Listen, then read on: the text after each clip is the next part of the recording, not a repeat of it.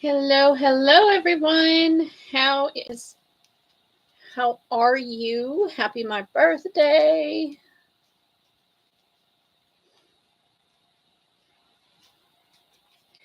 I see I've got a couple of comments from when I scheduled this to go live. I did not know people could comment before the video started. It's new.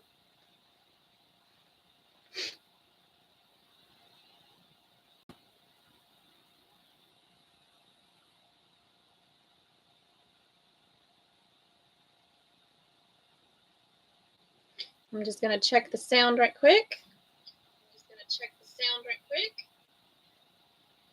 Excellent. Excellent, excellent. Hello, hello. Okay.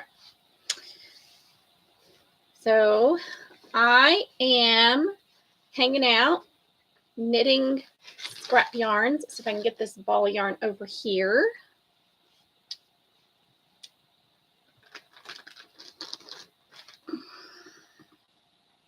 Not that one.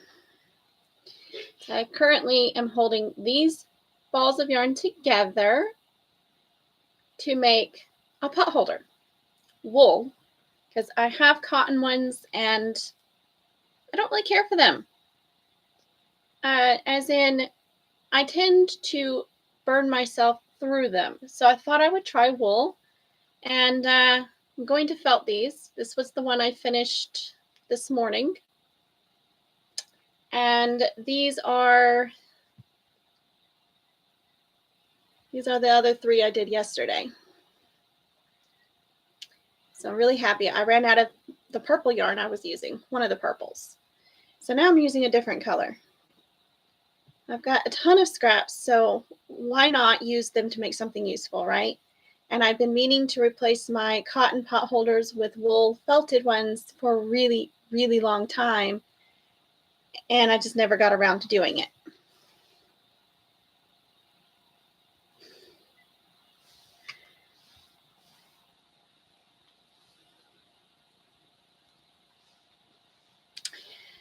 So how are you today?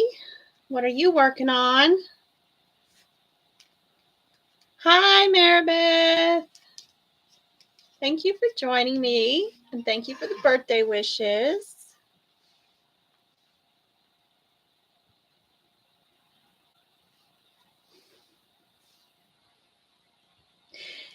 Getting your coffee in. I didn't make coffee today. I made tea.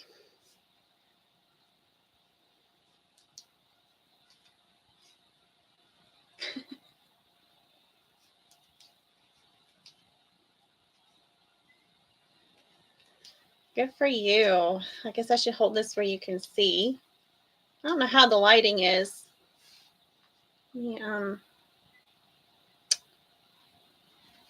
Pull that back up.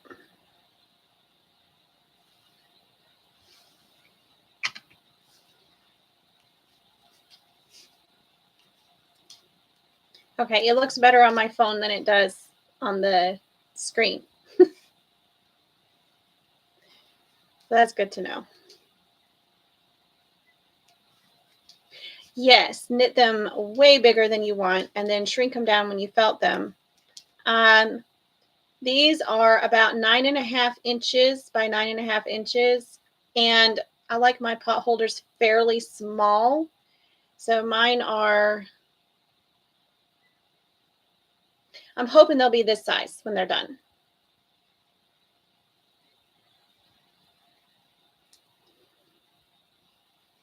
I got little hands. Hello, hello, and welcome.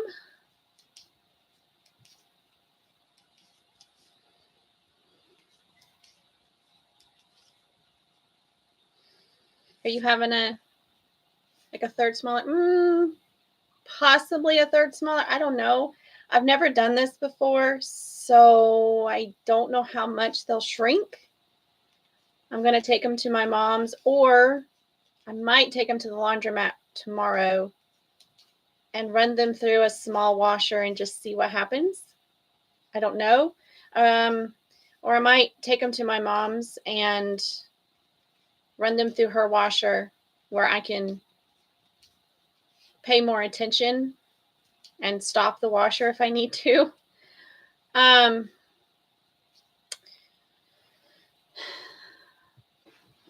the one I'm making now is a little bit bigger, just to see if they shrink more than I think they will. Would you quit wobbling?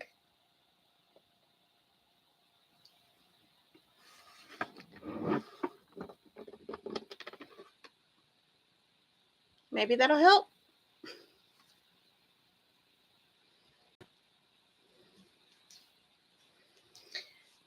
Well, using hot water and soap and agitating by hand, it would work, but I don't want to go through that much effort.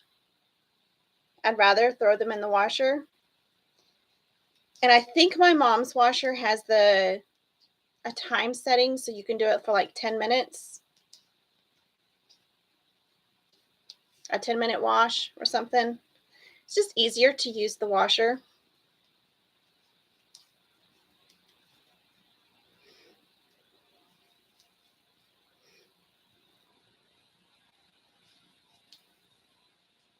I was thinking about getting one of those little tiny portable washers that are electric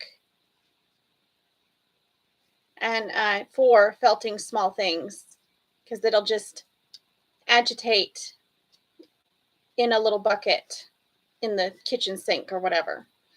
And that would be very helpful for felting small things, since I don't have my own washer.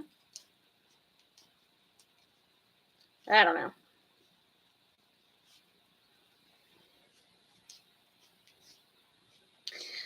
So, Maribeth, what are your plans for today?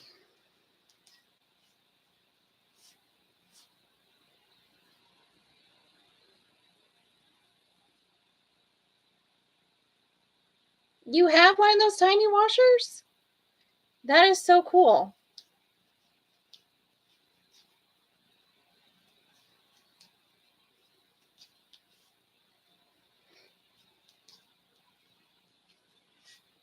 I'm sorry for the constant slight jiggling of the screen. It is the fact that I am on the bed. Everything's a bit wiggly.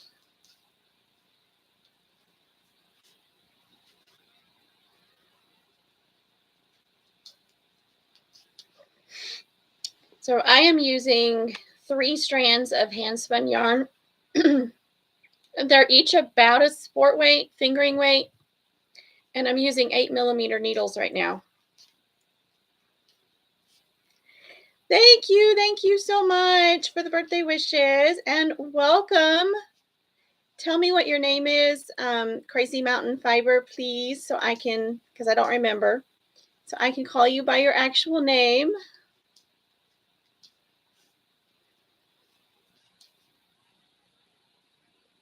Finish spinning bats of churro. Oh, cool. That sounds like fun, Maribeth. Nikki, thank you. Thank you. I knew that at one point. It's good to see you. Welcome. How are you doing, Nikki?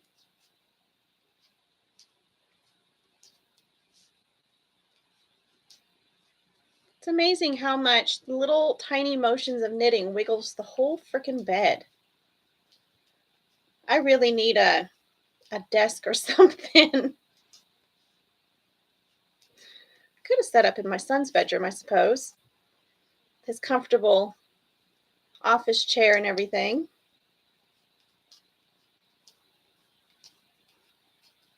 But the lighting in there is terrible. I'm glad you're over that cold. That's awful, Nikki. Colds are no fun. Are you working on any projects? Were you able to work on anything while you were sick?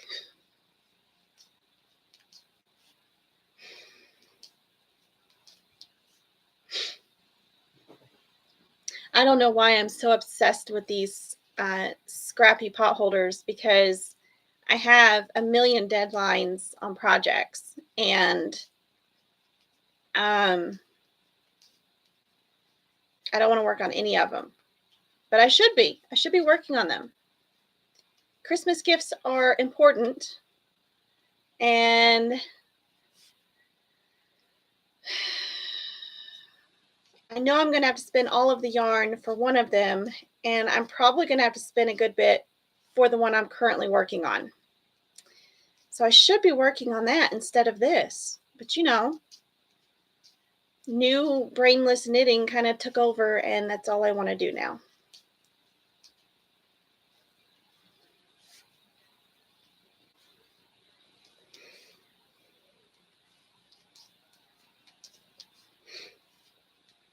Let me get to the end of my row, and then I'll show you the size difference between the one I'm knitting now and the ones I already finished, Maribeth.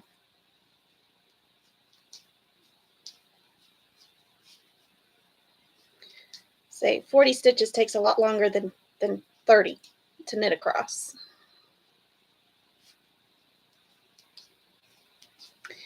And then I want to know, should I make a tutorial for these? They're real simple.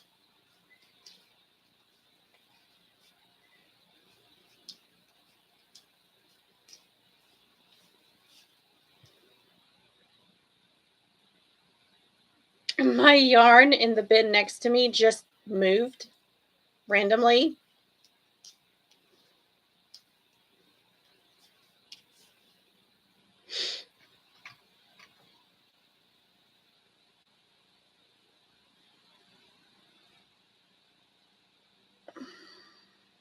Go away, please. Thank you.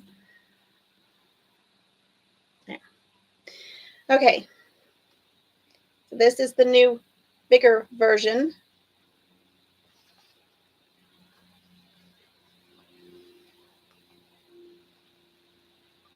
It is going to be way bigger. Corner. You just started a corner-to-corner blanket for oldest grand and plain garter stitch merino blanket for oldest daughter. Like you got nothing else to work on. Yeah, we're feeling each other here.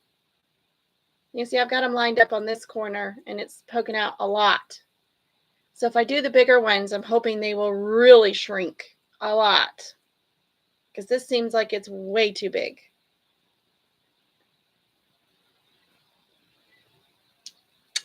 So I'll probably do one in this size.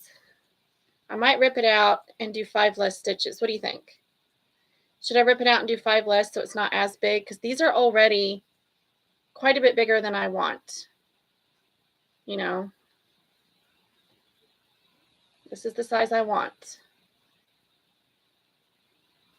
So like they're already that much bigger, this part. Nikki, you're spinning, Nikki is spinning Rambouillet silk mixed with alpaca and Angora bunny. Ooh, from your own fiber animals. This is true, Maribeth. I'll keep going with this one and see how it turns out.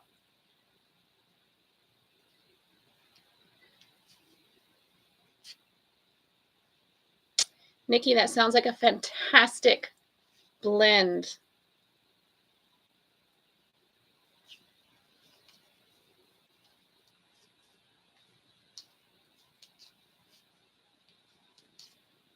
I want to have Angora rabbits one day. That'd be so much fun. I don't think I could handle sheep. They take a little bit more strength and agility than I currently have right now. But I think I could handle bunnies. Thank you. What colors are your is your spin, Nikki? I am currently spinning. Where did I put it? Where did I put it? I didn't put it over here. One of my Halloween colorways.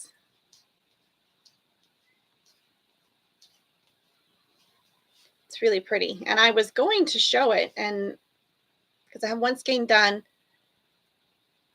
I dyed 3 at a time. So I have one finished, one ready to ply, and the other one on the wheel right now. It's my Poison Apple colorway, and it's super pretty. Cream Ooh, nice. What are your plans for colors to dye after you've spun it? Or have you thought that far yet?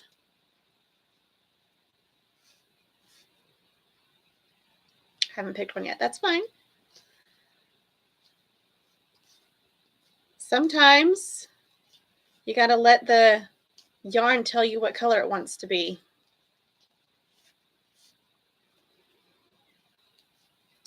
If you don't mind me crawling off the bed and wiggling the camera like crazy, I'll go get the yarn if y'all want to see it.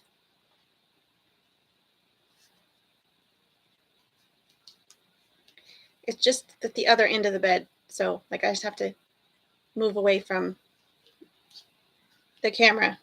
Okay, Maribeth. Okay. I'll try not to wiggle too much. Try not to kick the little table here.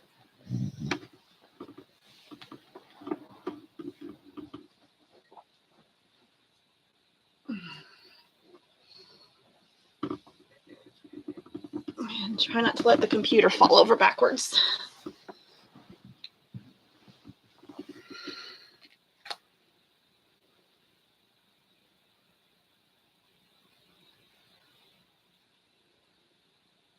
That's it.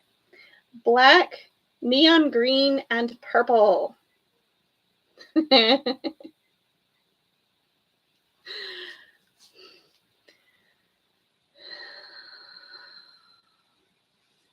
And this is the Eastern US blend from Sheep Farms. Thank you, Nikki.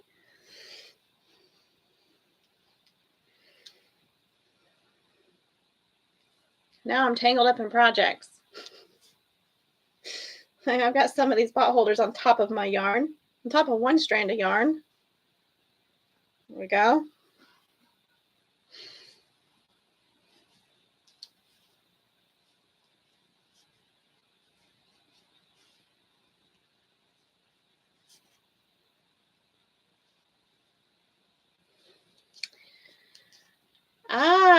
Maribeth, if the alpaca is not scratchy, I don't care for alpaca by itself. I don't like it if it's scratchy, but it is nice blended with wool, but I don't like more than, say, 20%.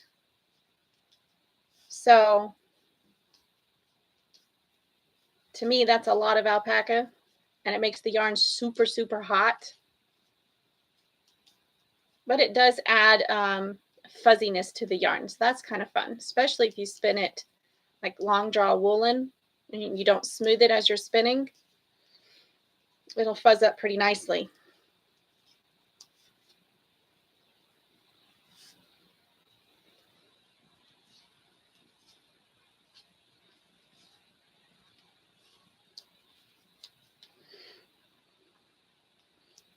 I got a birthday text. I'll respond right quick.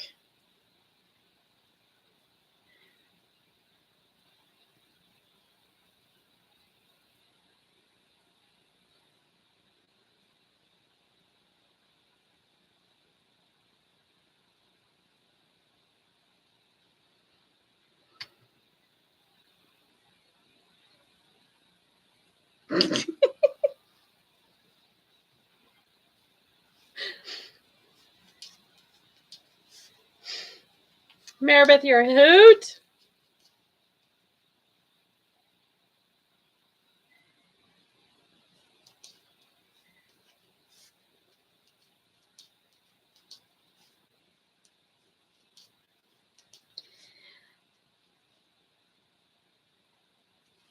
It's kind of like a Maribeth.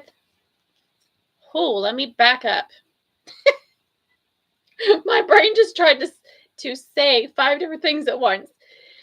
So long draw is very, very similar to short backward. You're just not smoothing the fiber as you go, smoothing the yarn as it's made. You just kind of let it twist and pull it forward and let it twist, or pull it backward, pinch, pull backward, let go, pinch, pull backward, let go. That is very, very similar to long draw. So as long as it's not getting smoothed, it will fuzz up. Alpaca will really fuzz up. It doesn't have to be long draw. Nikki, that 19 micron is really fine. So you do have some very soft alpaca. See, I told you I was trying to answer like 5 things, say 5 things at once. The brain and the mouth are not synchronized today.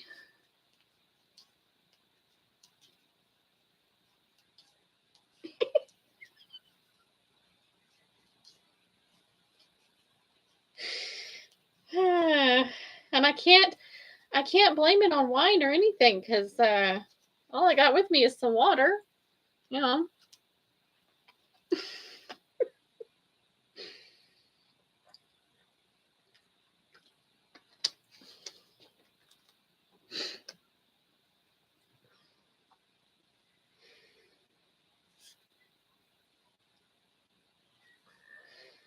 Y'all are great.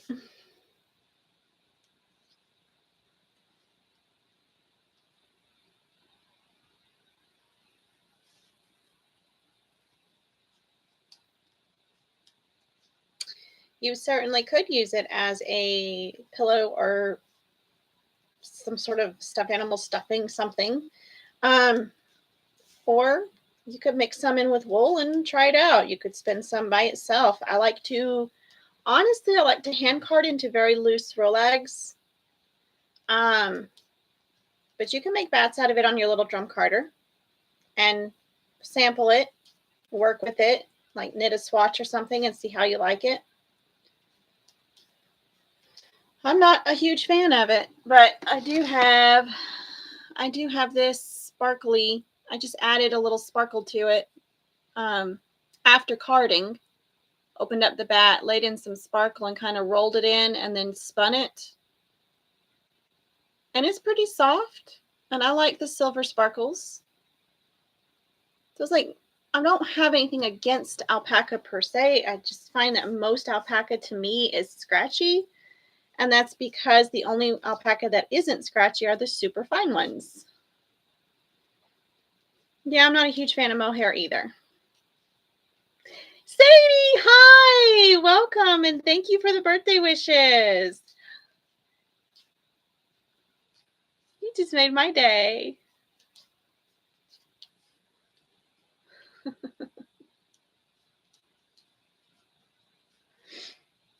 All of y'all are making my day. I have someone to hang out with while I knit. It's like the best birthday, you know, hanging out with friends.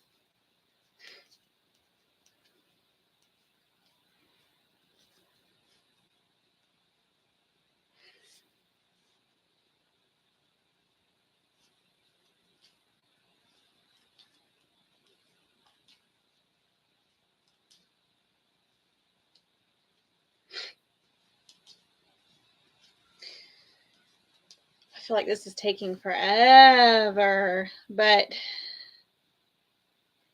thank you, Bedazzled Blankets. Welcome, welcome, and thank you for the birthday wishes. Appreciate it.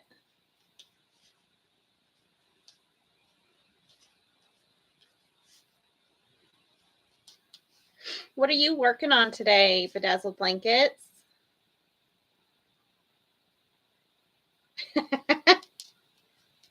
That does take a while, doesn't it, Sadie? When you're uploading a video, it just can take god awful forever. Depends on your internet speed.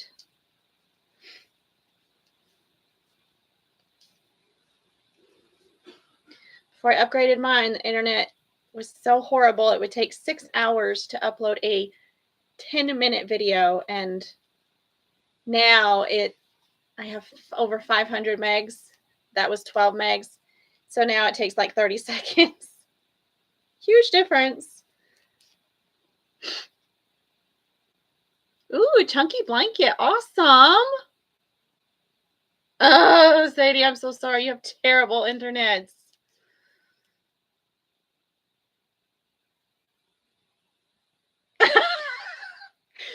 Maribeth says that She hasn't tried chain plying yet. Makes a big tangled mess with need for tech support. I feel you, honey. I feel you. You need someone right there helping you through it. Oh, good, Sadie. I'm glad you're getting an upgrade soon. It'll be so wonderful when you do finally get that upgrade. See, I upgraded mine. I changed internet providers. And then I added Wi-Fi extenders. And now I can do live videos in my bedroom.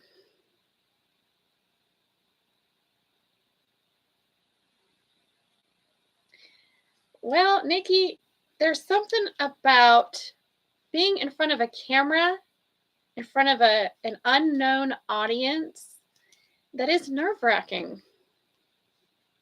Took me a long time. Like, I've been doing this since 2017, and I'm just now getting into the lives. Also, thank you for your service in the Marines.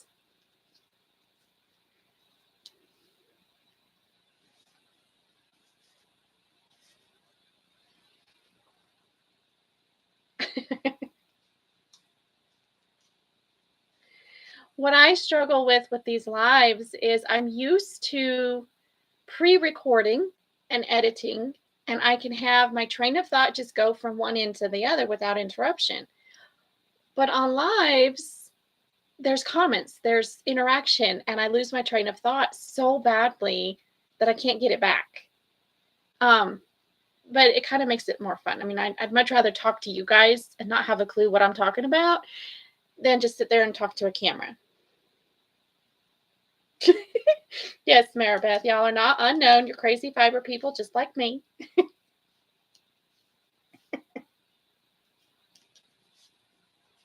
So true.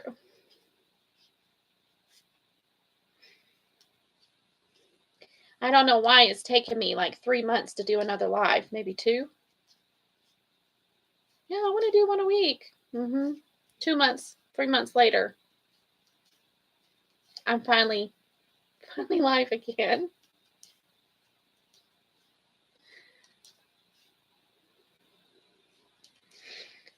I also haven't been in the mood to edit videos here lately. Like, my last upload was, when was that?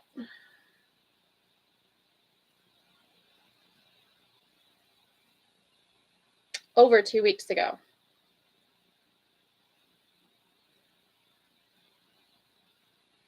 It says 16 days ago. Doesn't tell me September 5th. Yeah.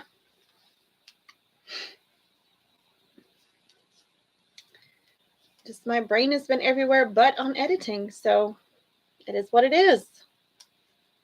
I'll get back to it eventually. Soon, I hope. As I have a lot of videos that I've been filming. I need to get them edited. Get them off my phone.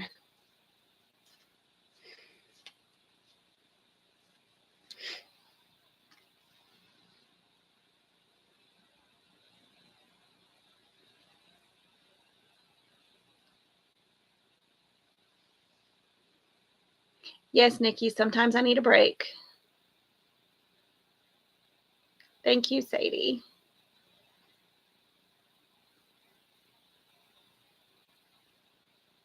Yeah, Maribeth, I think you'll be able to get it at some point. The chain plying, it takes getting your brain and your fingers to communicate and synchronize, and that's just hard.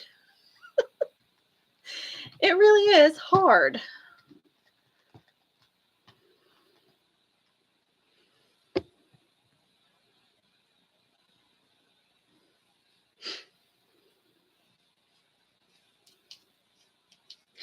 You know, when I demo spun at the fair earlier this month, a lady sat down and did some spinning at my wheel, and she just got a spinning wheel. So I think she's been using drop spindles.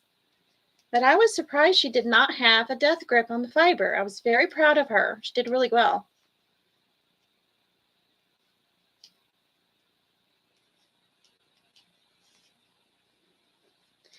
Maribeth, you say you can crochet with pretty good speed.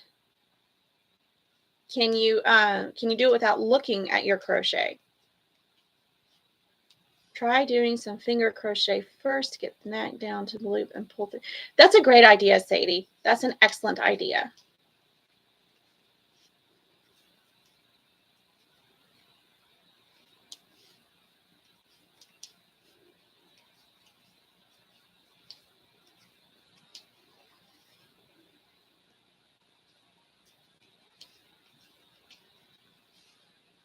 So true, Nikki. Once you get your own rhythm, you'll master it. Absolutely. It just, the learning curve is the rough part. After that, it's good.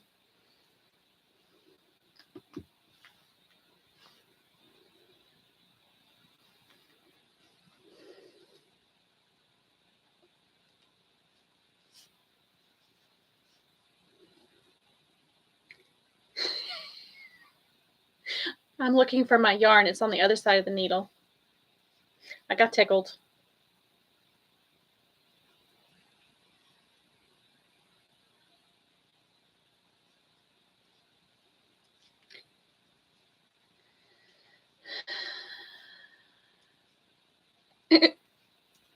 Sadie, you didn't yell and scream at your spinning when you were struggling with it. Of course you didn't. Nobody ever yells at their spinning when it's not working. I talk to mine constantly. I cannot judge. I talk to mine all the time. I talk to my wheel too.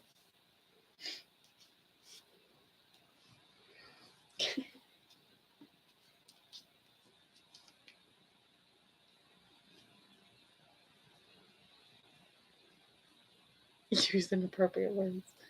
Y'all are a hoot.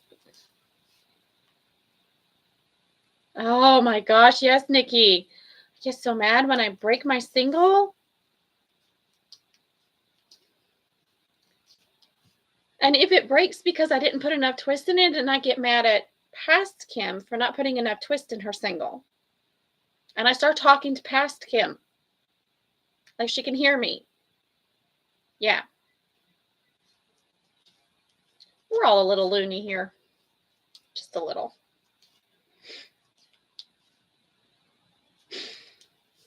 I love it. It's nothing like having a group of friends to surround yourself with that just take the crazy in stride because they're all crazy too.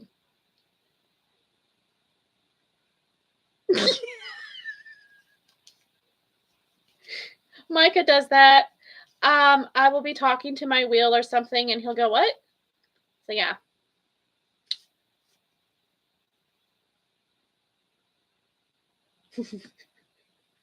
Sadie, that's even better. Future me, don't do this. Make sure you're putting enough twist in your single. Oh gosh. I try not to call myself names. It's not very nice. But I will give myself a stern lecture.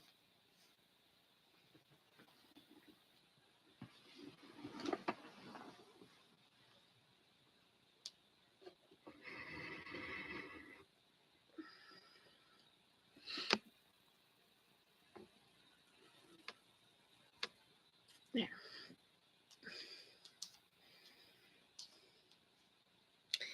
It's very comforting to know I'm not alone in my crazy. Very comforting.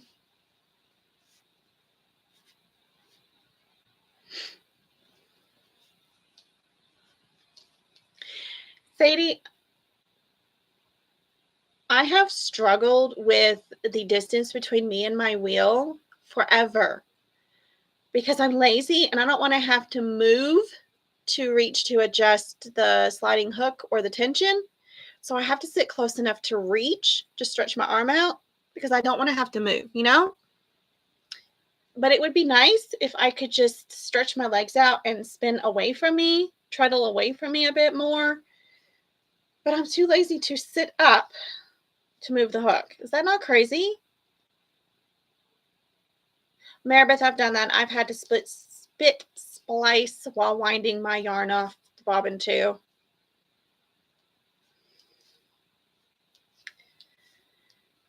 I have a woolly winder, Sadie, and I wish I had bought the other one that's the other level wind system that's battery operated, the Flyer, because you have to take the woolly winder apart and clean it or it doesn't work properly. And I got tired of cleaning it every month. With how much I spend, how much you spend, you'd probably have to clean it every single month. And you have to take it all the way apart, clean all the different parts of it, and put it all back together and not lose anything. And I just got tired of going through that. So, you know, if I don't spend very often, it would last a lot longer, but I spend a lot. So if I buy another one, I'm going to buy the battery operated one, and it's going to be the bulky Flyer for my wheel. I don't remember. Let me check.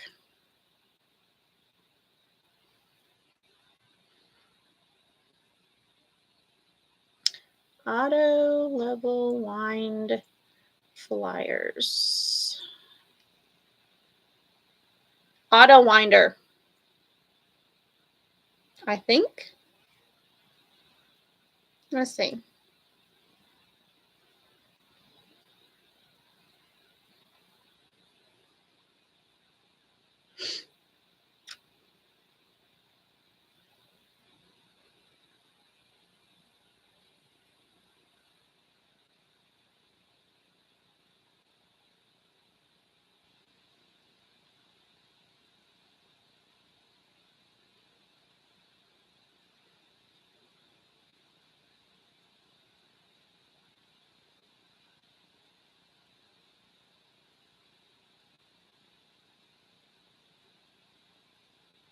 Yes, it takes 2 AAA batteries. Okay. It is the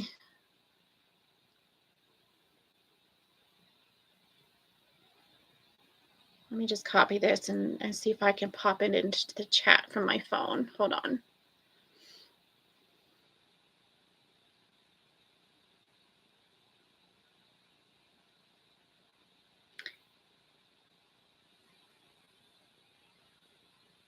There it is. But they don't have them for my wheel, though.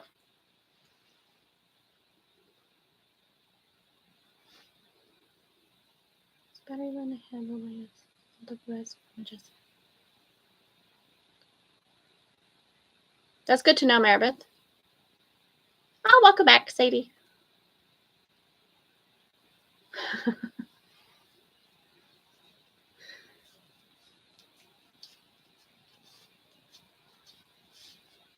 Yeah, I don't know if they have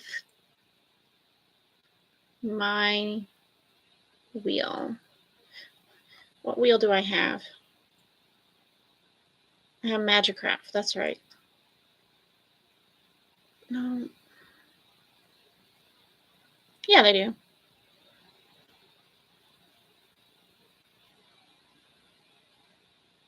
Yeah, they have it. They have it for my wheel.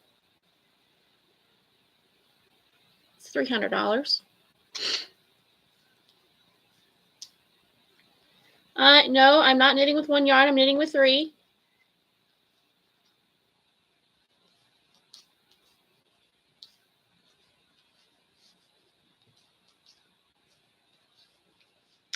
I think the battery operated one, this auto wind Flyer, would be better for me with the way I spin because it doesn't put any change on your tension or anything like that.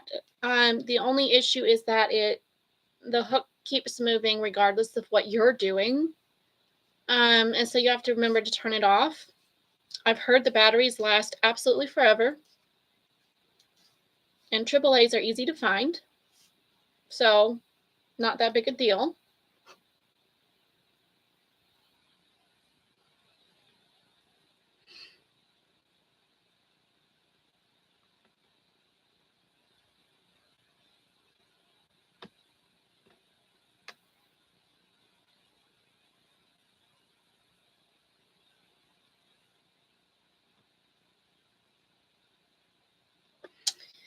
Yeah, please don't forget to hit the like button.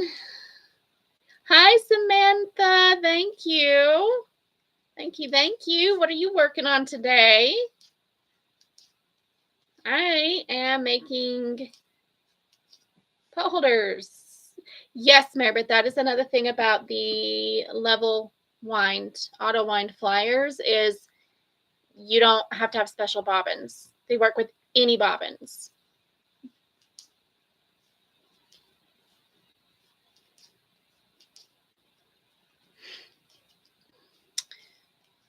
So Samantha, I was trying to tell you I'm working on pot holders that will be felted in the washer later. They're wool. And I'm currently working on a bigger one, but this is I've got 4 of these done, this size. And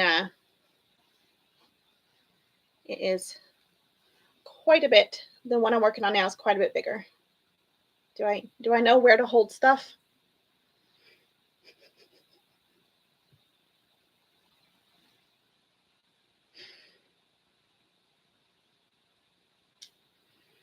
I can't wait to see those leg warmers, Sadie. I literally cannot wait to see them. They sound that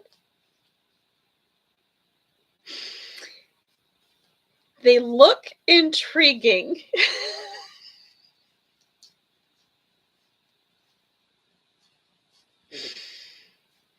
I can't wait for October 1st to hit so we can all kick off the Socktober. Looking forward to that. I've not been working on socks, so I don't burn myself out on socks before Socktober starts.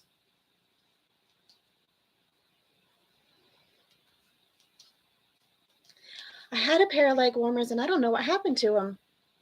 Did you quit bouncing?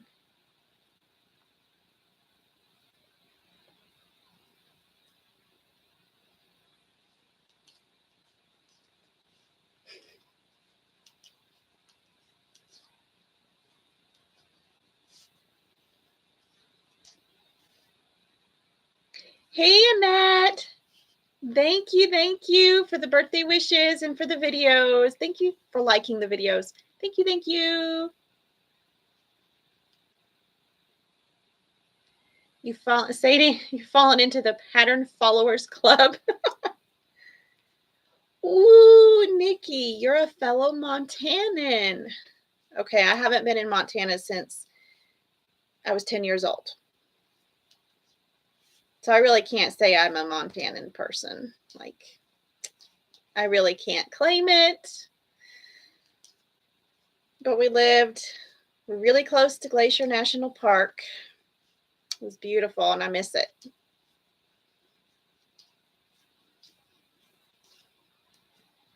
I miss playing in the snow every day, all day. But I don't miss snow now. I mean, I do and I don't. Sadie, you just wait. It starts with you want to learn to knit, and then you learn how to follow patterns, and then you start designing patterns and selling them.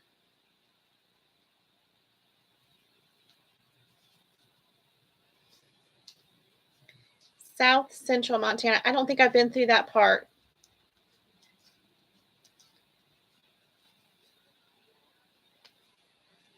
New Mexico.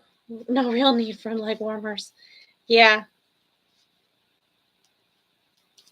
Samantha says that she's working on a granny square bag. Cool. Usually crochet small stuffed animals, so definitely stepping out of my comfort zone. Oh, that's sweet, Amanda. I'm glad that you are exploring new things with crochet. That's so cool.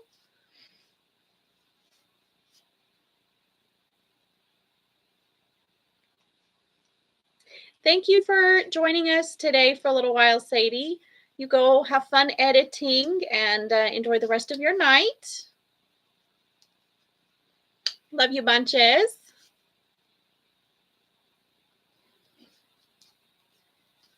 Oh, Nikki, so you got nice mountains, nice mountain views where you're at too.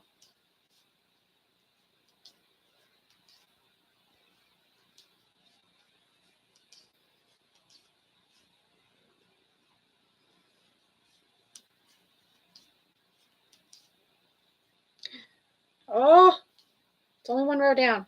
I dropped one of my strands. Fixed. I hate having those little floats across there where I missed one of the strands of yarn while I was knitting the previous row. Drives me nuts. There's a few of them I haven't bothered to fix when I did that because it's going to get felted and nobody's going to be able to see them. Don't think it's on this one. Yeah, I've got one right here. A little float right there. Happens at least once on every one of these. And I usually don't catch it because I'm watching a movie or something and not paying attention.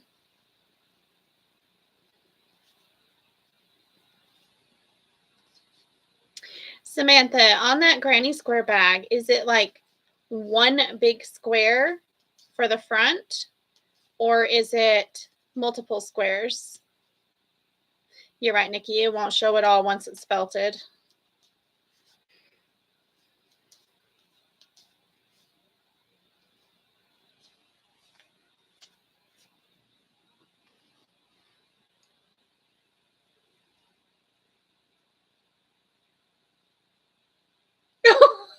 Fair. Okay. Yeah, I can't crochet without looking either. Yeah, I hear ya. And I totally forgot I had asked that question, so I'm glad you remembered.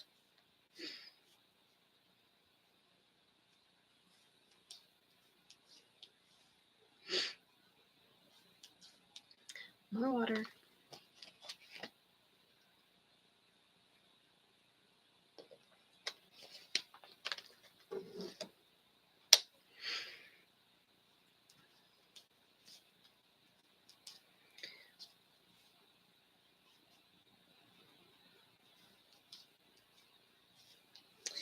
Nikki, I can look away when knitting if it's one strand of yarn that's not splitty.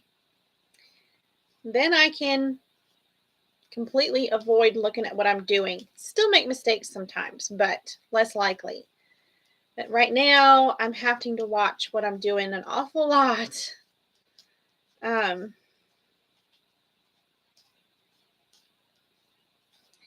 Probably could look away if I wasn't so distracted.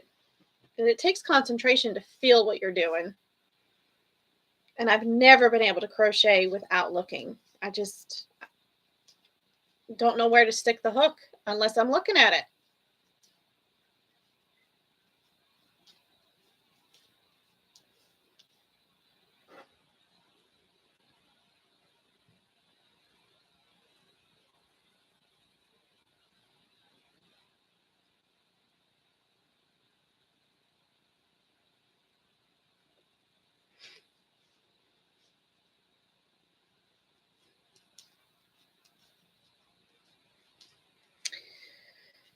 So, who all is going to participate in Socktober next month?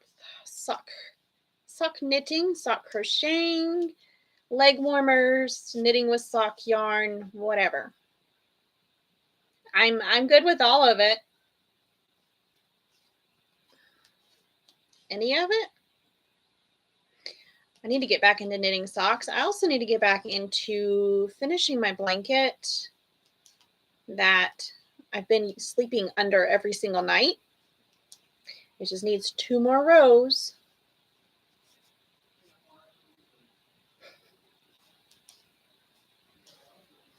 Nikki, don't you want to wear that sweater? You do need to finish it.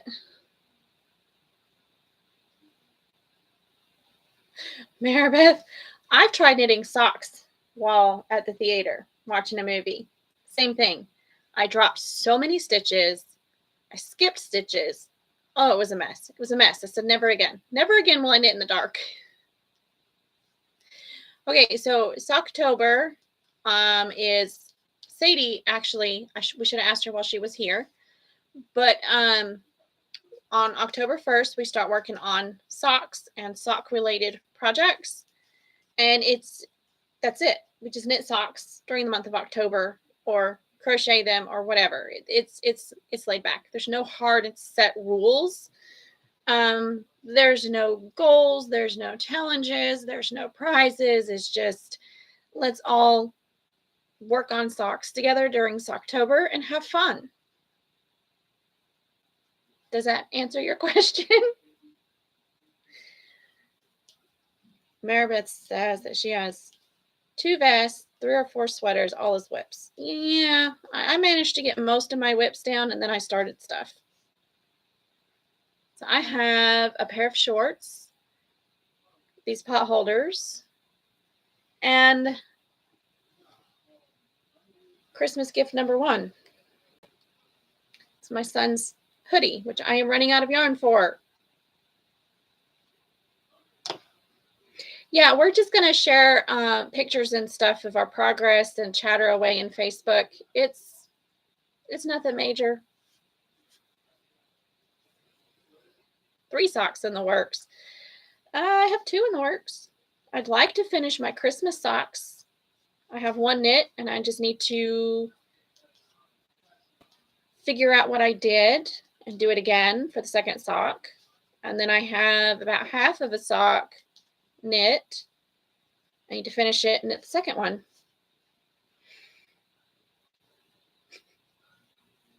And if I get tired of making socks for me, I just make baby socks. Because I need to finish my pattern and get it published. And that does require knitting more baby socks so I can make sure I have the pattern correct.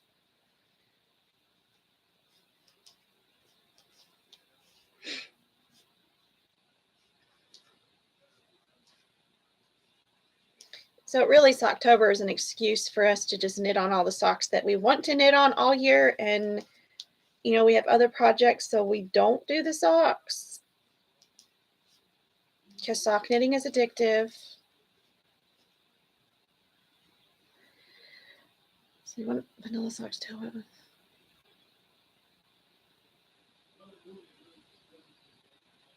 I so want a vanilla socks toe up with. Yeah, my Christmas socks are color work. And I don't feel like getting back up again and going to get them. Besides, I don't know where they are.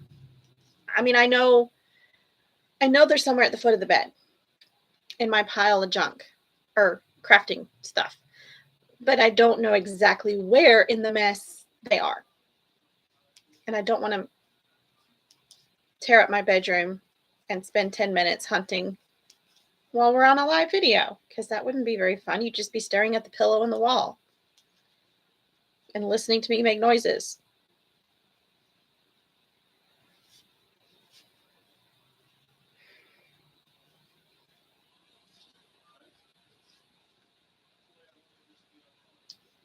I wonder if I have a picture. I don't have it on my phone. Maybe I have it on Instagram of the socks.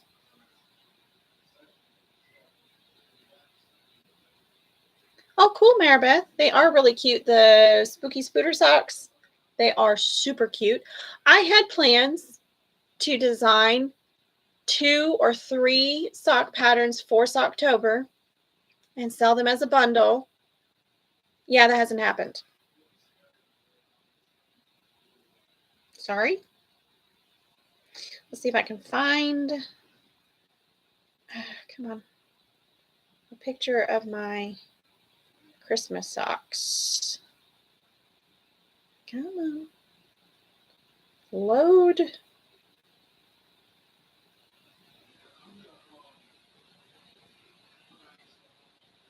I don't even remember. I think my Spooky Spooter socks got tested, but I really don't remember.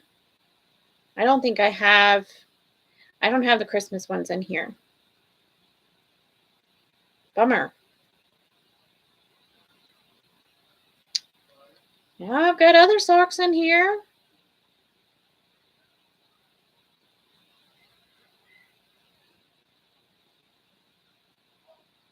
But not those. Oh, darn. Oh, well. I know it's not on my phone because I take stuff off my phone to make room for new stuff. Good grief, Maribeth, that's a big old foot. Size 11? No wonder it's been a whip forever. It took me 2 years to knit a pair of socks for my man who wears size 14 shoes. So yeah, I hear ya. I totally hear ya. The bigger the feet, the harder it is to knit the socks. I have tiny little feet. It doesn't take long at all to knit a pair of socks for me. I think I did filmed a video last year, I think, where I challenged myself to knit a sock in a day. Ooh, it about killed me, but I did it. Whole sock, start to finish, minus weaving in the ends. When did I do that? When did I do that?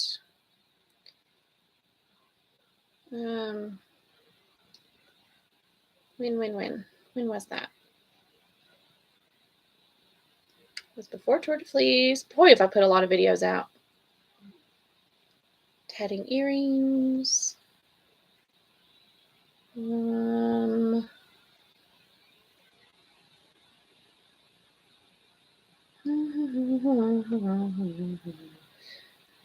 Somewhere in here.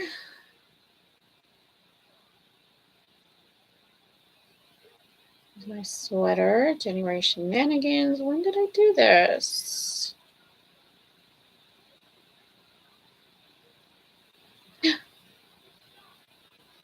Okay. It was like January or December. I think it was January.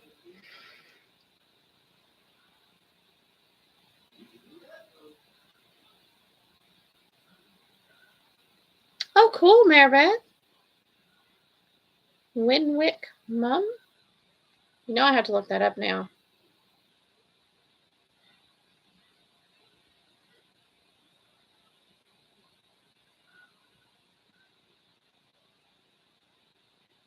Oh. How cool! Thank you for sharing. That's pretty awesome.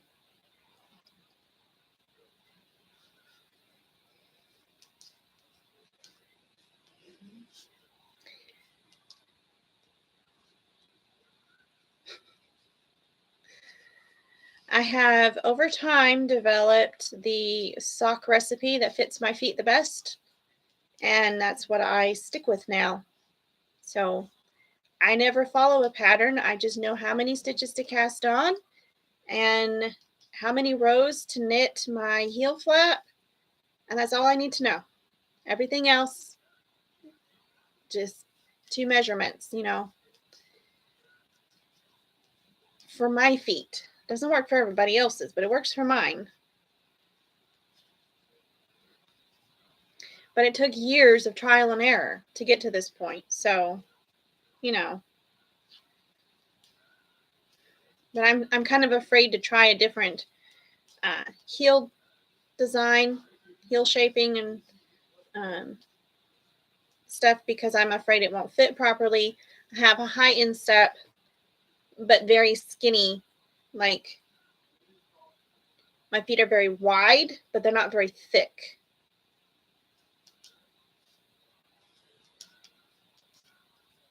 They used to be bigger, but I lost, 30 pounds? And my feet got skinny.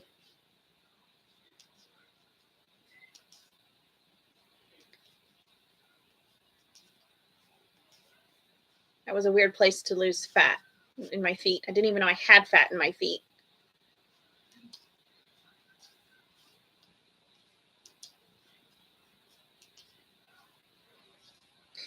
Can't lose it. Can't lose the weight anywhere that I want to get rid of it, like in my belly. But my feet got skinny.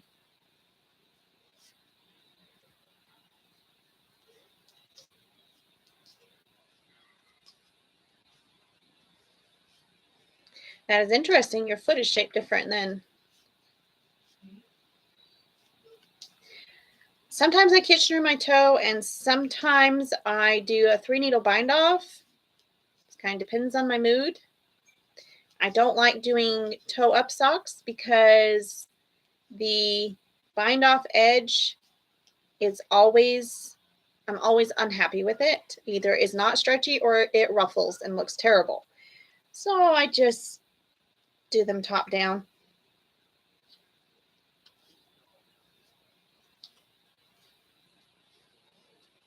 And I do prefer a rounded toe. I don't like a wedge toe. I don't think that looks very nice. Fits the foot okay. It just doesn't look pretty, I think.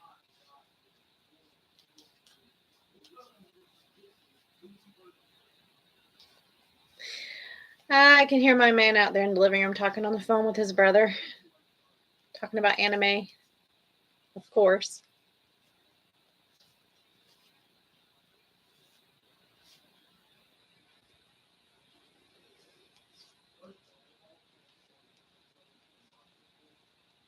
Okay, Maribeth, I'm glad I'm not the only one that lost weight in my feet. And congratulations on losing about 40 pounds. That's amazing.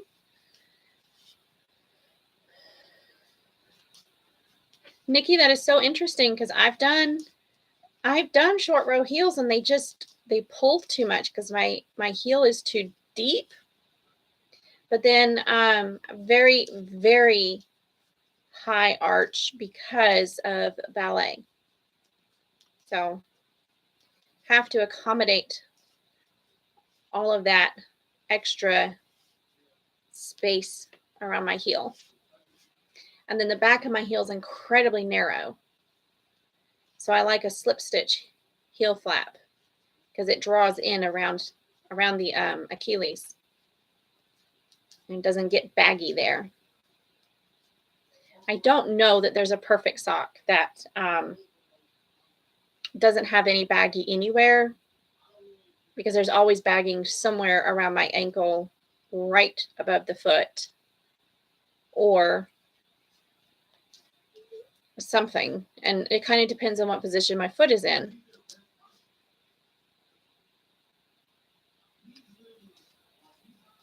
That's true, Maribeth. You can. I guess I didn't experiment enough with those. I've done the fish lips kiss heel. I've done the afterthought heels. I've done a plain short row heel, German short row heel. I just really, really like the heel flap. So any patterns that I have, you can use whatever heel you prefer. You don't have to use the heel that I use in my patterns because that's just what I like.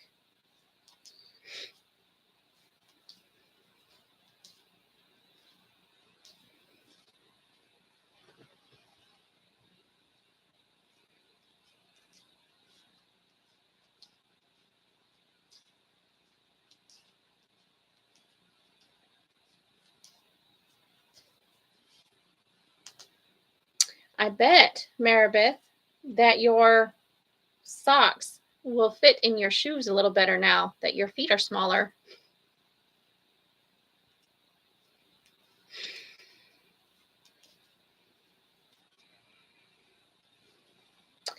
Gosh, I made socks for a bunch of people last year for Christmas, and that was nerve-wracking not knowing if I had the proportions correct on the socks.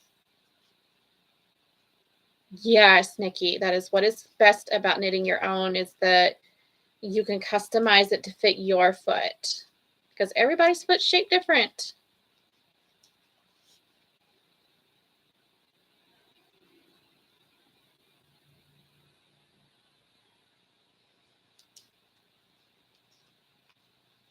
Don't you hate that when people don't report back how their socks fit? Everybody that got socks from me for Christmas said that they fit really well and they loved them. Thank God for that. I asked one lady for foot sizes for everybody in her family, and she just told me what size shoes everybody wore, and I was like, I need you to measure the length of the foot. And when she did, she realized that everybody's foot, even though like 3 people had the same size shoe, they all had different length feet.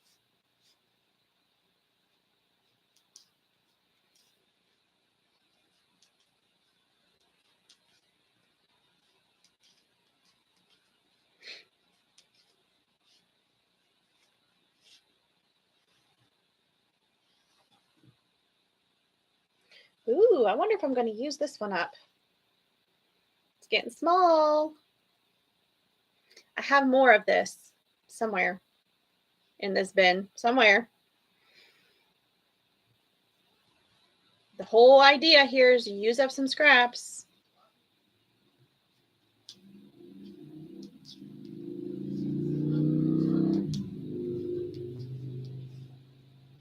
Yes, Nikki, people are used to store-bought, which is so incredibly stretchy.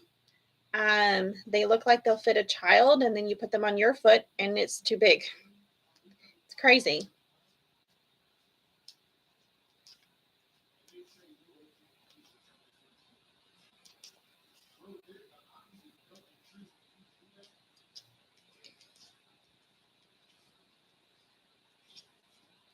Yep.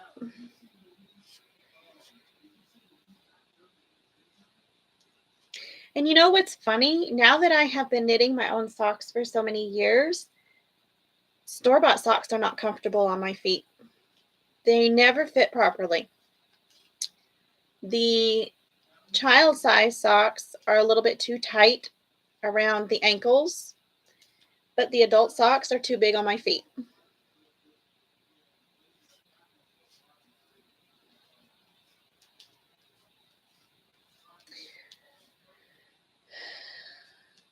But in the summer, I don't wear wool socks, so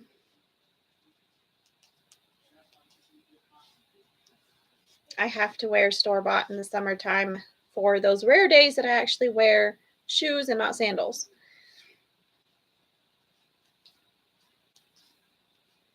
Like when I go to the gym. Can't have your toes exposed for the gym. As many times as I've dropped metal plates on my feet and stubbed my toes and stuff, you need shoes to protect them a little bit. I'm sure they will, Maribeth, and they're much more comfortable. But I get too overheated if my feet are hot.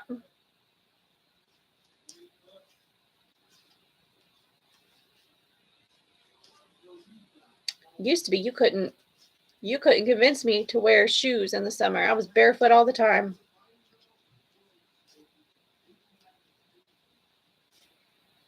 But now I value the skin on my feet, so I don't want to burn it off on hot asphalt. So I wear shoes. I just wear sandals all summer.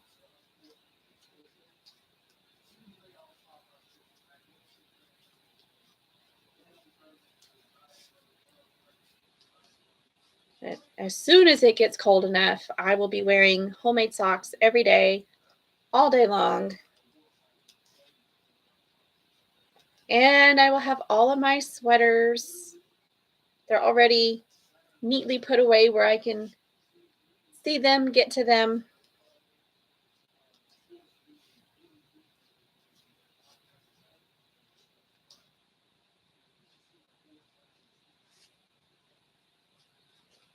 I cannot wait for sweater weather. Oh my goodness. I'm so tired of 80 and 90-degree temperatures.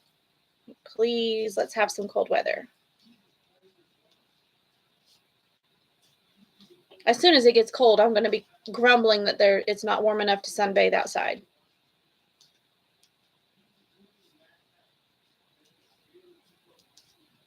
But I'll also be able to wear all my wool stuff.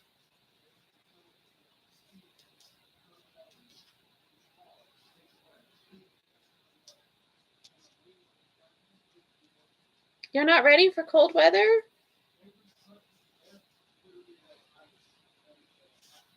You have longer winters, though.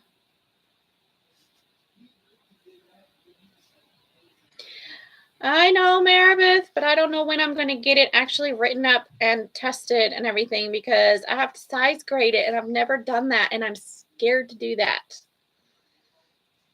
And everybody in my family wants to knit them one, and I'm like, no.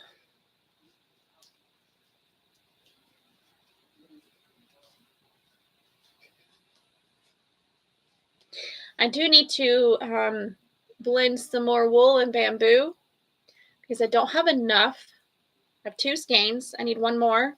I don't have enough yardage to make that blouse in my own handspun yarn. So I need to do that so I can write up the pattern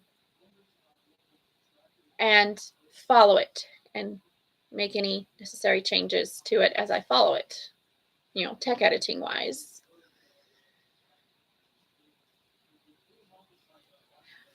Oh, Amanda, I am so sorry. I did not see your question. Has anybody here made their own shoes from wool? And no, I have not.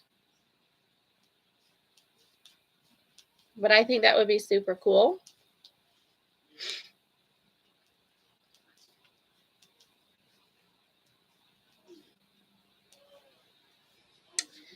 Nikki, when we lived by Glacier Park, it was winter from October until March, pretty much.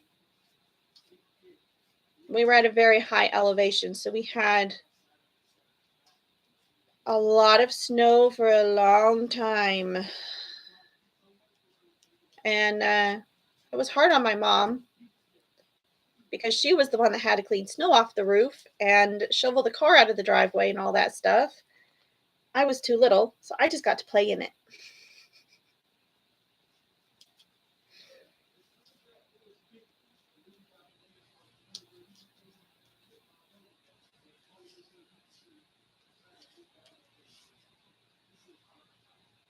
Oof. I only lived in Montana for 2.5 years. So 2, maybe 3 winters there.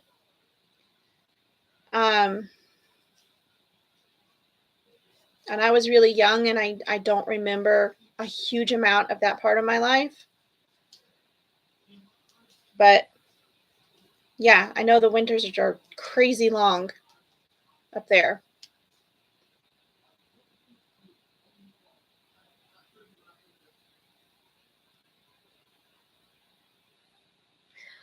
That's Clue, Maribeth. That's cool.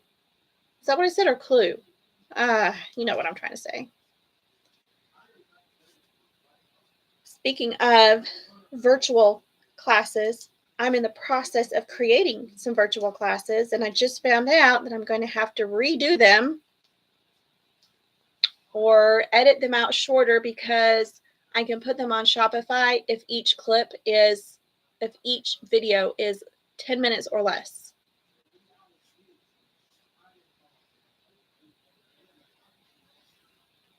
Amanda, where are you at? 8-foot drifts are terrible. I am in Georgia, so I don't have bad winters here. They say if there's flurries, that it's a blizzard. Okay? That's how crazy Georgia is for snow, especially where I live. We might get 3 inches. That's a really bad winter. 3 inches of snow for 3 days.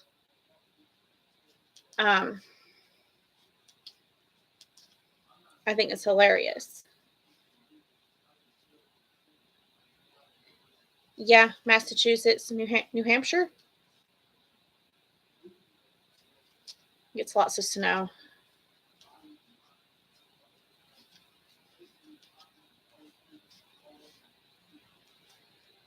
I do not miss the risk of frostbite in negative 60 degrees.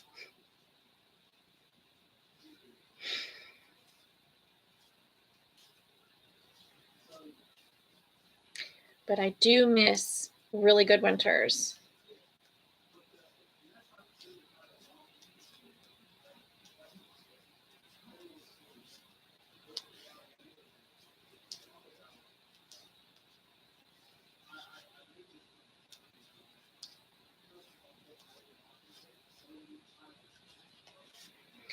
Amanda, I hope you'll let us know if you're able to make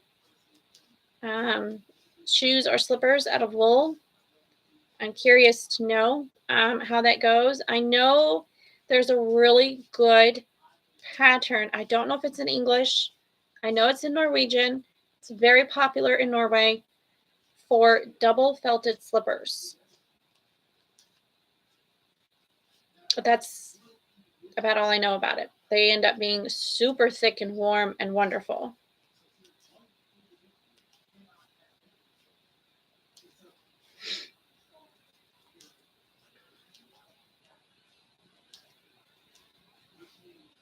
My concern with felting is, how do you get it the right amount felted? Wyoming. Oh, wow. Let me see if I can find it. What am I doing?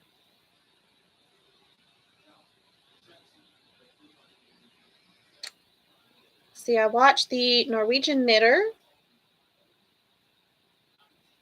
I'm not going to do that. I'm going to go to Ravelry. See if I can find them on Ravelry.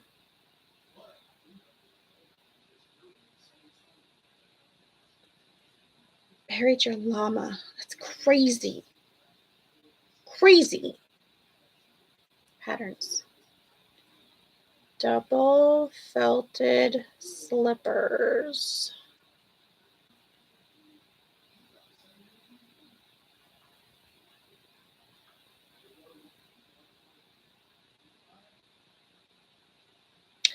Ah, they are on Ravelry, but I don't know if the pattern, yeah, it's in PDF in English. They have it in English. It's from Sondiscon. I need to save that because I want to make them. So let's let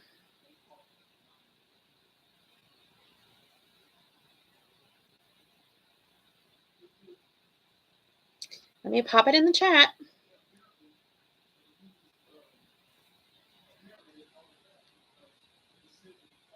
Where am I at? What am I doing? Going to my channel, clicking on my video. There we go. That is the English PDF.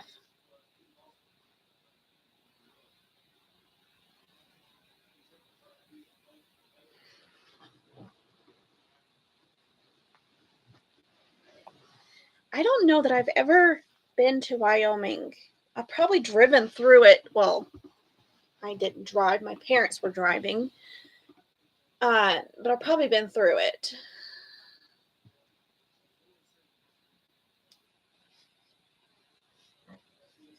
Oof, Maribeth, I hear ya. 50 years of shoveling snow, that's a lot. That's a lot.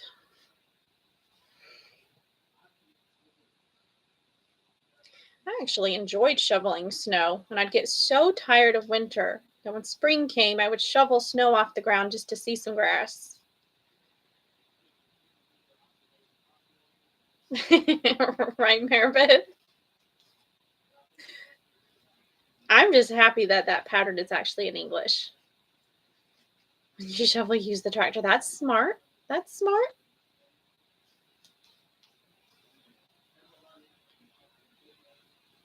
You're welcome. I got it from Alina, the Norwegian knitter on YouTube. It's one of her favorite patterns. She's knitting slippers for everybody for Christmas. I think she said 50 something pairs of slippers. Crazy. Oh, Maribeth, I hear that. Yes. 3-foot drifts after working all day. Yeah. See, I was a kid when we lived in all that snow, and so I just had fun with it. As an adult, I think I would feel differently.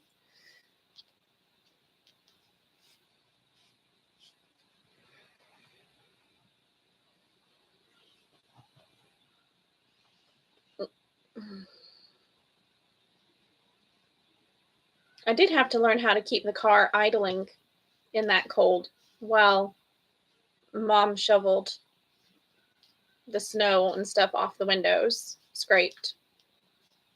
Because it was so cold, the car wouldn't stay running.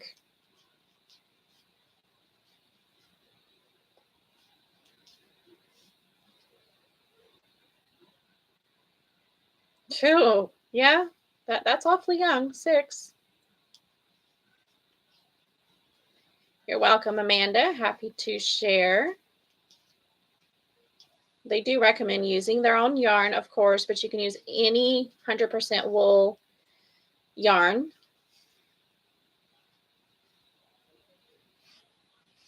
And they're supposed to knit up fairly quickly because it's a nice bulky yarn. But I haven't tried them yet. Maybe next Christmas I'll make slippers for my kiddos. And maybe a pair for me. We'll see.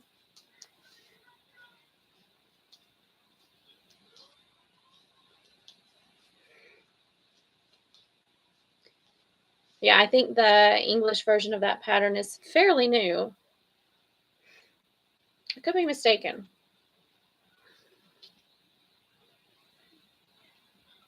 Ooh, that's good to know. Lamb's Pride.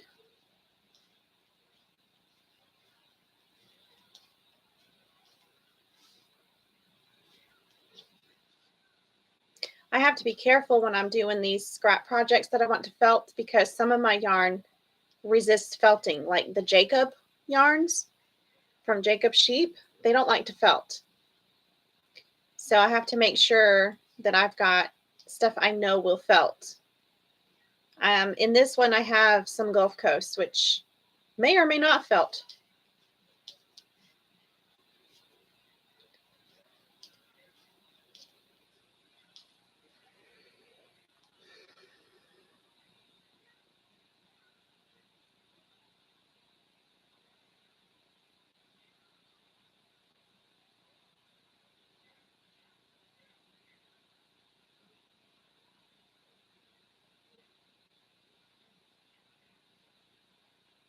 Oh, okay.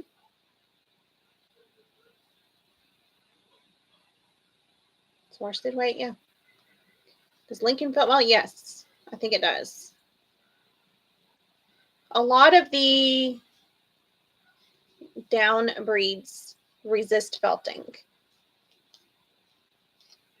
But the long wools, they felt well. And then the super, super fine wools felt extremely well. I have some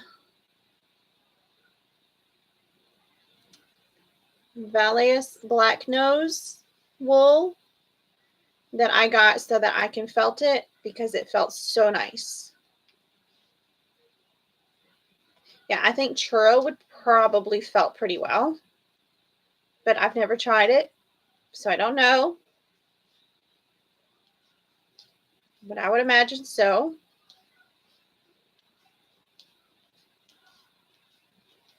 I am not a fan of felting. It wears out my arms and my back, hurts my back. Hence why I'm knitting stuff to then throw in the washer to felt it. Thank you so much for spending some of my birthday with me, Nikki. I appreciate it. Have a great afternoon. Enjoy the rest of your day.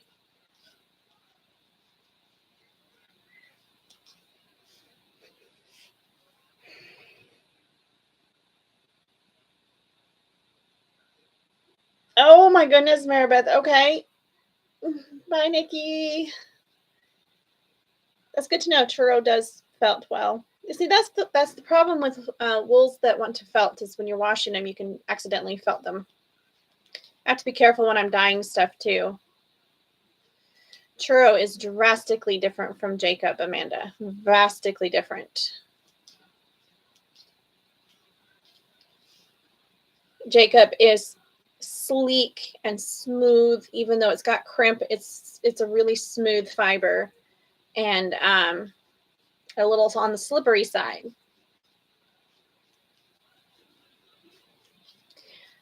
I can't speak on the churro because I've only scoured it. I haven't done anything else with it.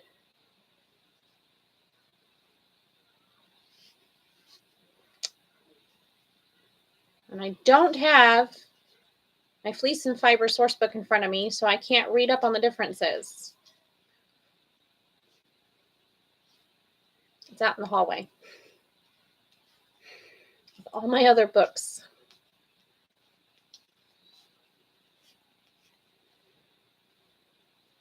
Maribeth, have you worked with Jacob wool yet?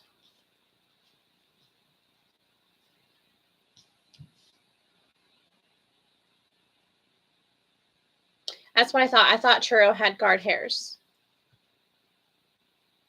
Yeah, it's probably way more grippy and quite bouncy. I think Jacob has a pretty good bit of drape to it, which is interesting.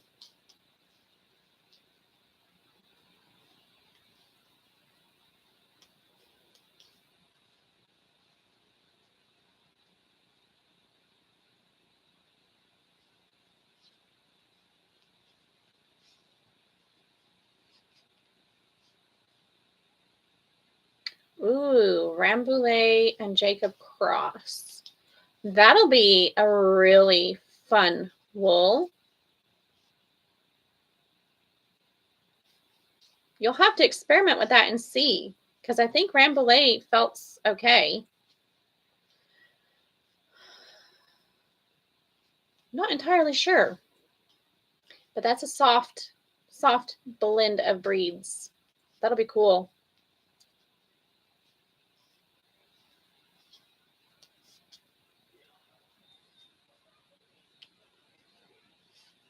And Jacob does felt. You just have to work hard at it. Because I know a lady that made a felted purse out of Jacob wool. She said it took forever.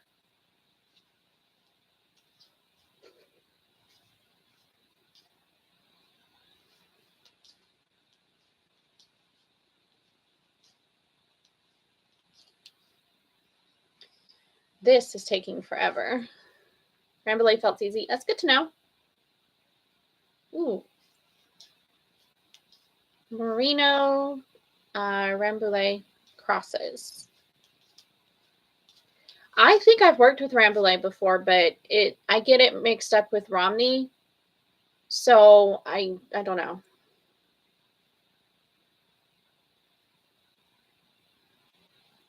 I bet it'll felt up just fine. It just might be a little more sleek than the Rambouillet by itself.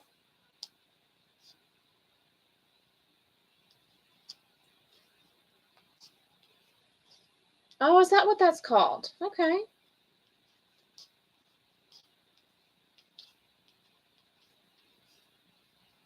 Cool.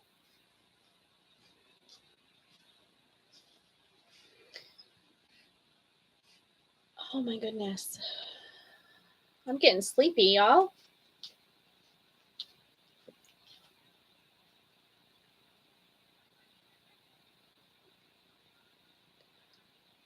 Oh, I totally forgot about that, Amanda. Totally forgot about it. No rush. No rush.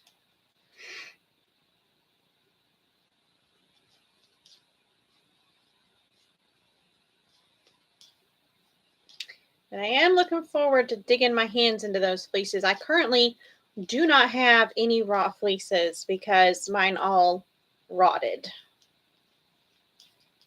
And they were terrible and slimy and gross, and I just threw them all in the garbage. So I will be able to scour.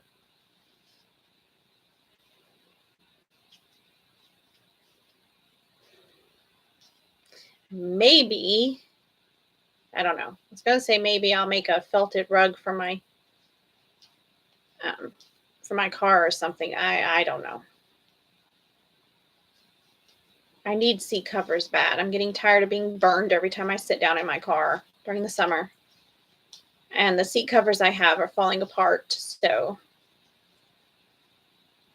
I just took measurements today so I could knit some, but I forgot to measure the back of the seats. And I kind of need all the measurements, not just the part I want covered.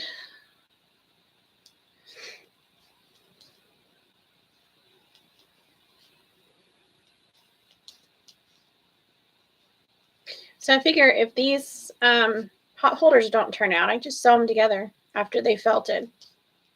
and cover my car seats with them.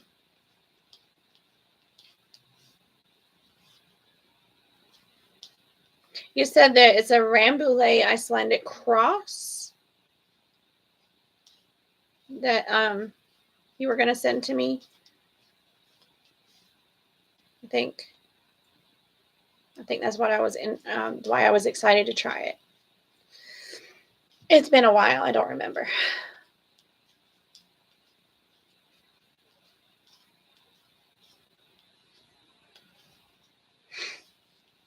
I have a birthday present to send to a friend.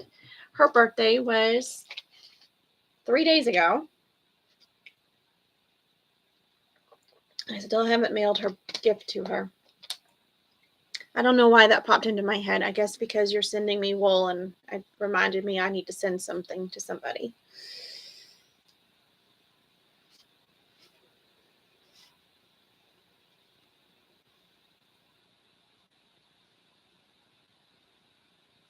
Yeah, I'm really looking forward to trying it out. Oh, I just ran out. I have a tail. Oh, okay. Now it is time to dig through this bin and see if I can find the other pieces of this yarn.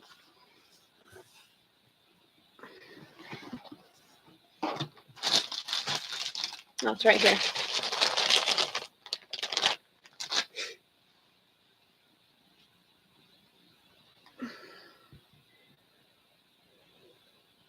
And I have to tink back a little bit so I have room to spit splice.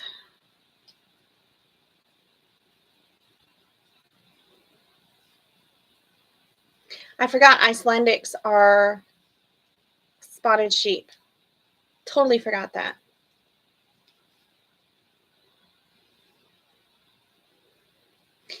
Icelandic wool is beautiful. I've worked with Clun Icelandic cross. Oh, was that nice? Very nice.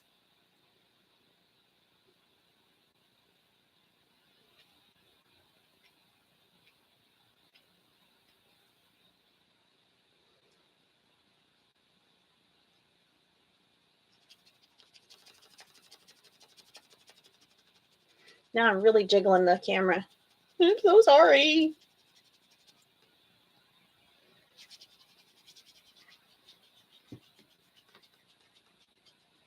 Oh, that's even worse. Okay, can I tell where? There it is.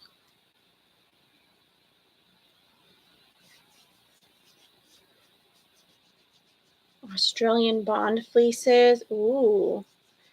Clun and Icelandic was like the silkiest, smoothest, most amazing, long stapled. Oh, it was amazing. It was beautiful. And it was not double coated, surprisingly. I think that's going to hold. Where are you at? Okay. Yeah, I have somewhere in here, I've got a sample that I spun out of it, and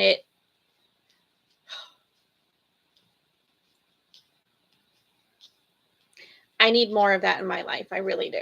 It was just beautiful.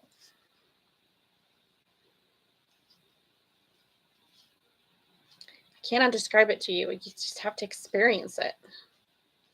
I'm not a big fan of Clun Forest, not because of the wool, but because the sheep that I had access to, the wool was just covered in veg matter, and it was awful.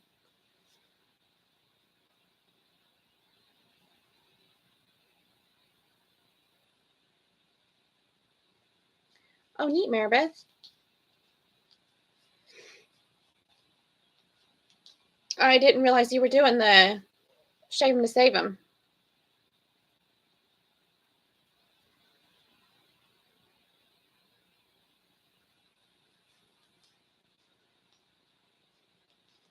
Yeah, genetics on sheep are weird. You never know how they're going to turn out. You really don't. It's interesting.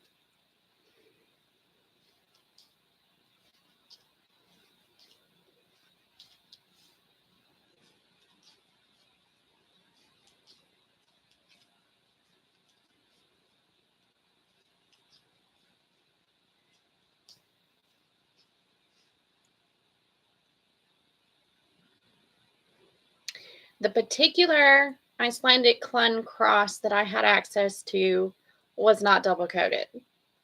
There were 3 of them in the flock, and they were not double coated. Oh, that's funny, Amanda. You just never know.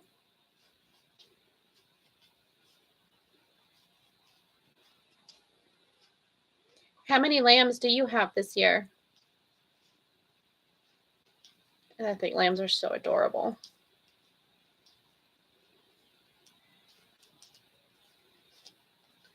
I have worked with a lot of sheep, and the lambs were my favorite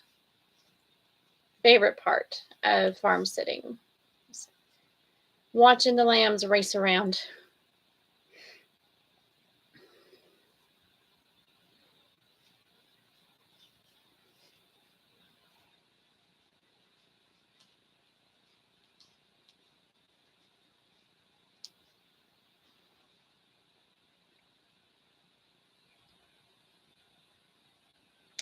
Maribeth, I don't think I've ever come across a really nice churro fleece.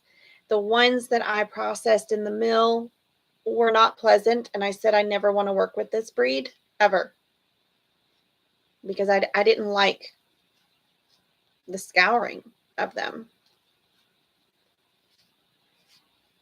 But I guess it depends on the farm and the individual sheep, the health of the sheep and all that, because that plays a big role in fleece quality.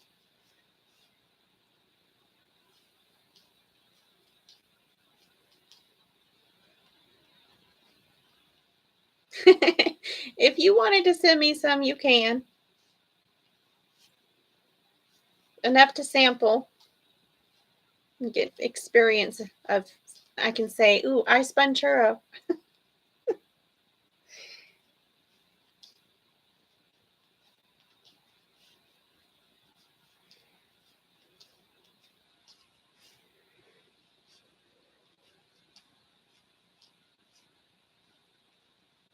Goodness, 2 full fleeces. How is the scouring fleeces coming along? I didn't run out of that one. Oh, I didn't even run out of the other one. It just broke.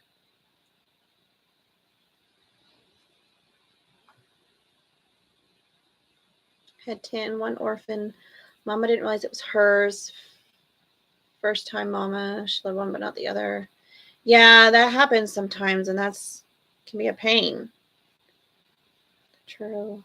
I have to spit splice again because my yarn broke or was broken before I wound it into a ball. Fuzzy. It's fuzzy stuff. More jiggling.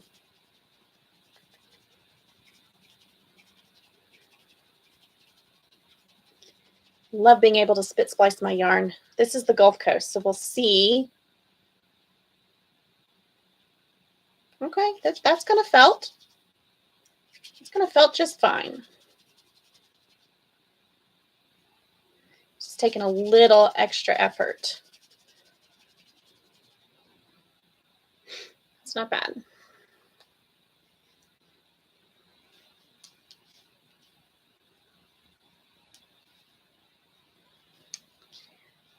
So you're doing good luck with the suet bath, a couple days, then wash ingredients, hottest water, and get out of my small water. Ah, nice. It's not too stinky for you. I can't do suet bath where I live. I would get in trouble for the smell. Besides, they won't let me have anything out in my yard or on my porch or anything, so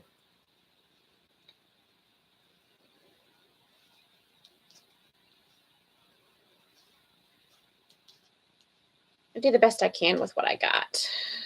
Splash of vinegar and power scour. Okay. I've never put vinegar in my scouring water. Yes, Amanda, my neighbors would be wondering what died for sure.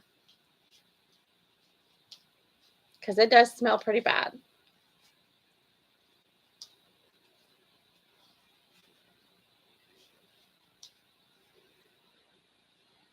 I mean, dirty wool smells bad enough as it is.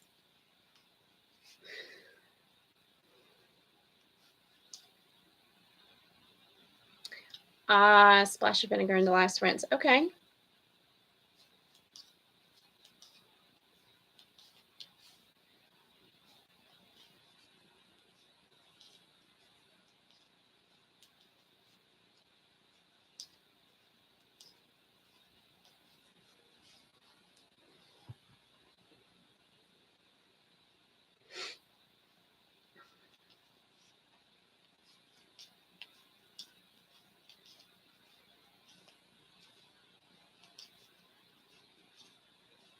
I keep forgetting I'm supposed to be in conversation and talking, and I just kind of zone out while I'm knitting.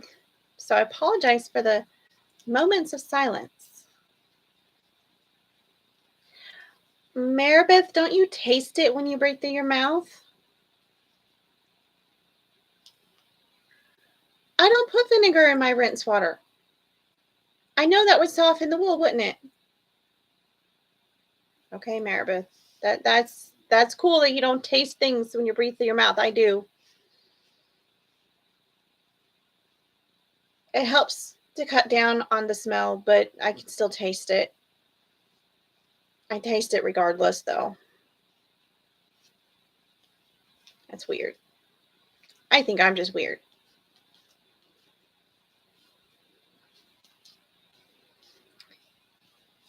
Okay, I don't think I'm weird. I know I'm weird.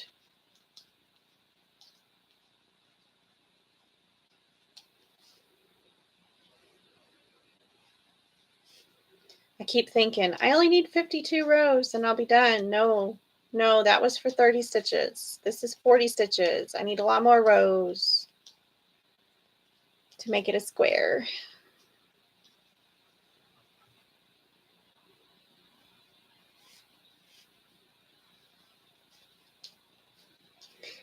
Definitely going to use up this gray yarn. Yay!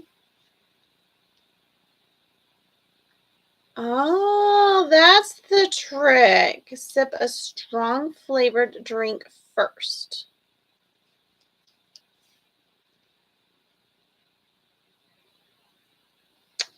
Okay, Amanda, that makes sense. The vinegar does help to soften the water a little bit. Salt is a great water softener.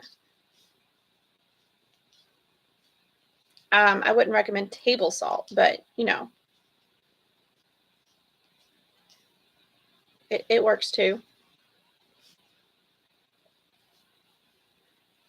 I know I have a friend who had well water, super, super hard, and she used water softening salt when she scoured her wool, and her wool came clean a lot easier. She couldn't get the lanolin out if she didn't use the salt.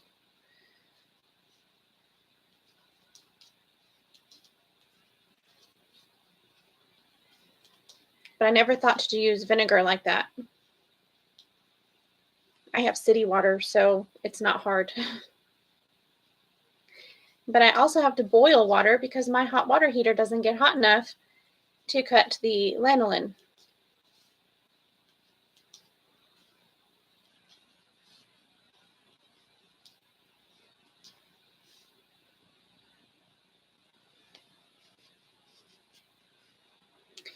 Maribeth, I wonder if it's particular minerals in certain well water that isn't in all well water that is the problem.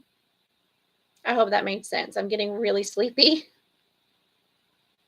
So I don't know if my brain is braining. Is that the word?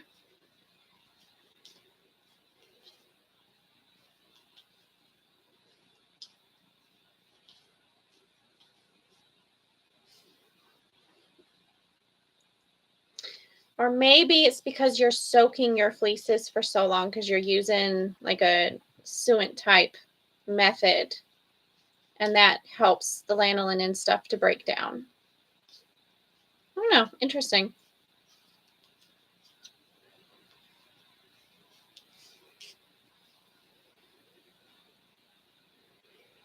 How many rows am I? When does even get a hot plate? Yes, with different minerals here in Southwest. Yeah. It may just be a mineral difference. A hot plate would be nice. 2, 4, 6, 8, 10, 12, 14, 16, 18, 20, 22, 24, 26, 28, 30, 32, 34, 36, 38, 40, 42, 44, 46. I can't even tell if I'm counting correctly. 50, 54.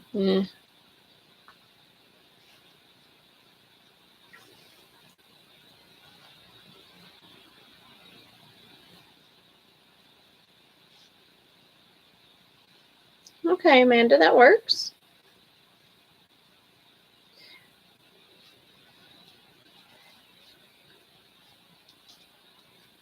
You don't find that the extremely hot water damages the wool?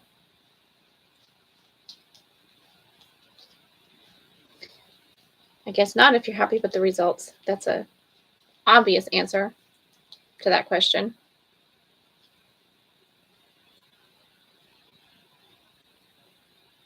No iron here in the water.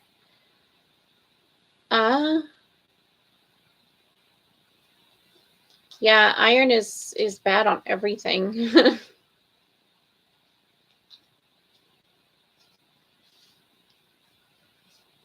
In the water. Aquaphor.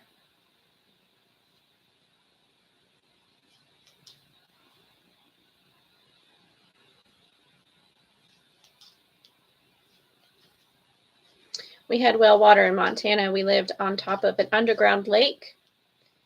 And after all the snows melted and we had our spring rains, we had 3 inches of water sitting on top of our yard because the lake overflowed and the ground just couldn't absorb any more water. So our yard turned into the lake. It was weird.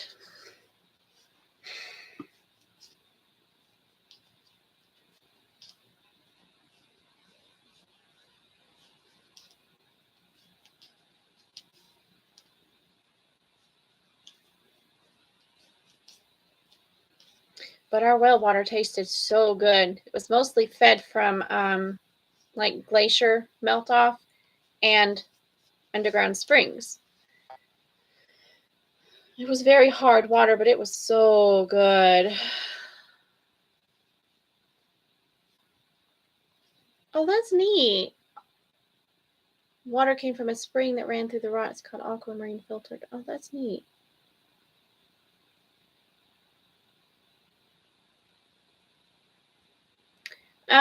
It took a couple of weeks.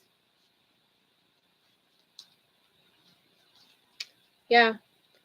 We had been in Georgia for a while and we went back to Montana and the ground was still super soggy, but most of the water was gone. But my dad told me it had gotten 3 inches deep.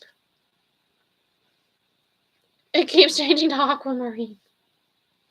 It's aqua 4.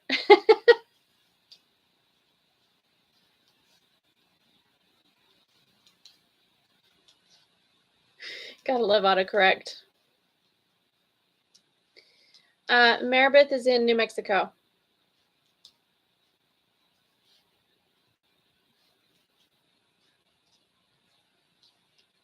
And I am in Georgia.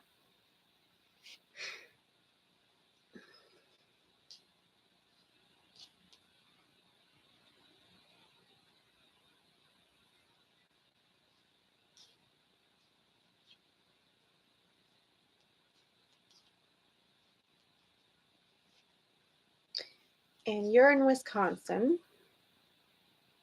Nikki's in Montana. I'm trying to keep things straight.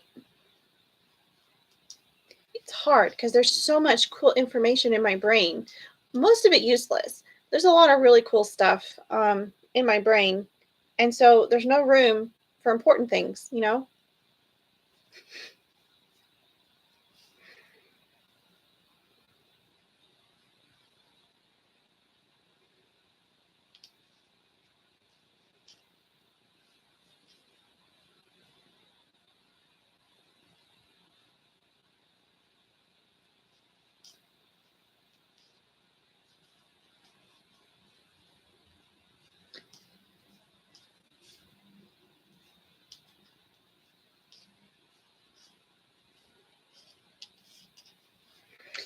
I don't like having city water. That's why I drink all of my water out of bottles. Because city water tastes like chlorine and who knows what other chemicals.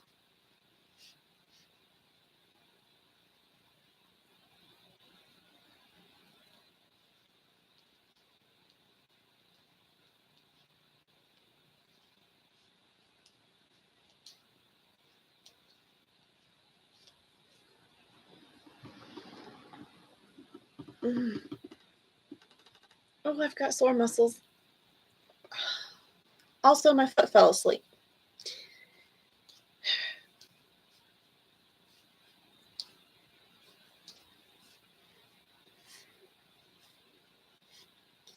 We are about to wrap this video up here shortly because it's been almost 2 hours.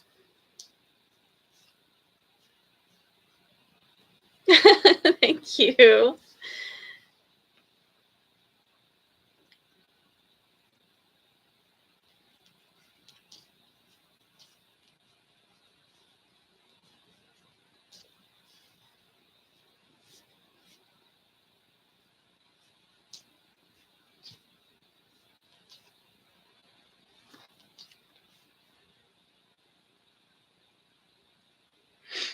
Well, I don't feel so bad drinking a bottled water. You have a well and you still drink bottled water.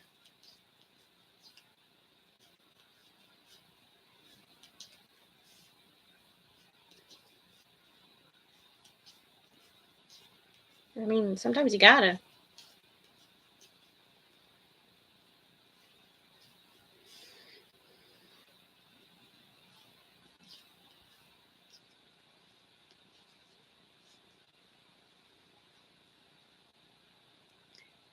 Carlsbad, Rio Rancho.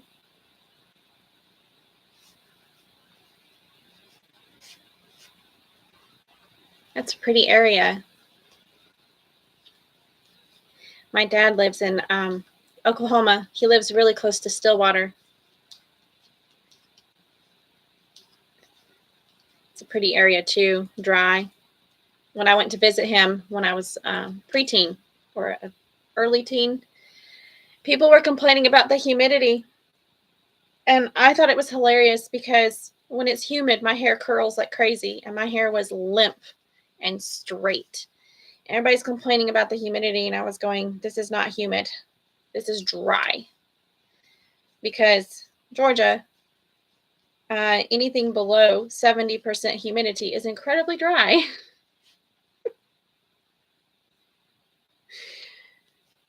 But I guess when you live in a dry climate, a tiny bit of humidity is extremely humid. I hear you on the disgusting tasting water.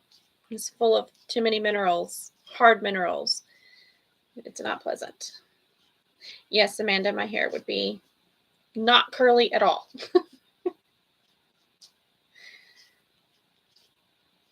Man, I can go outside when it's going to rain here. And if I have my hair up like this, I'll have this halo of tight curls all around my head, all around my face.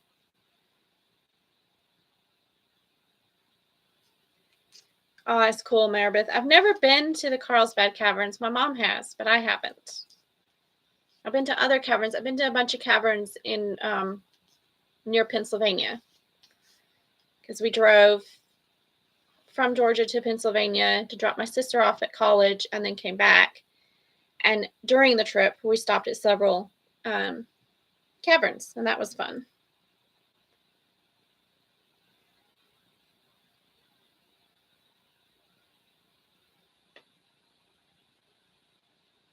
There was one that they didn't have colored lights in the caverns. They had just white. And they did a sunrise type presentation, and it was so neat. I really enjoyed those tours.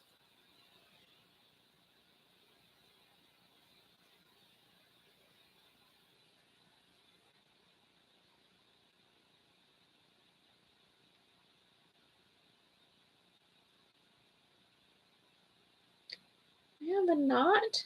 You know what? I'm going to cut that. Or break it. Just break it.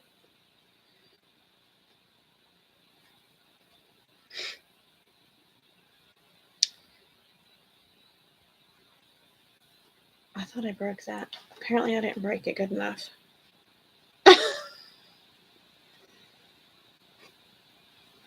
Well, ladies, I don't want to sit here and felt another piece and jiggle the camera more than is necessary. So I am going to call it a day. Thank you. Thank you so much for hanging out with me on my birthday. Y'all made my birthday special, and I appreciate it. And maybe I'll do another live video before 2 or 3 months from now. Because I do enjoy these. They're fun. They're lots and lots of fun.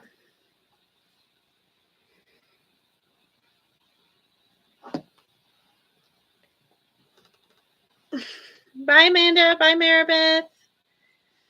See y'all next time. And of course, I'll see you over on Facebook anytime. Bye.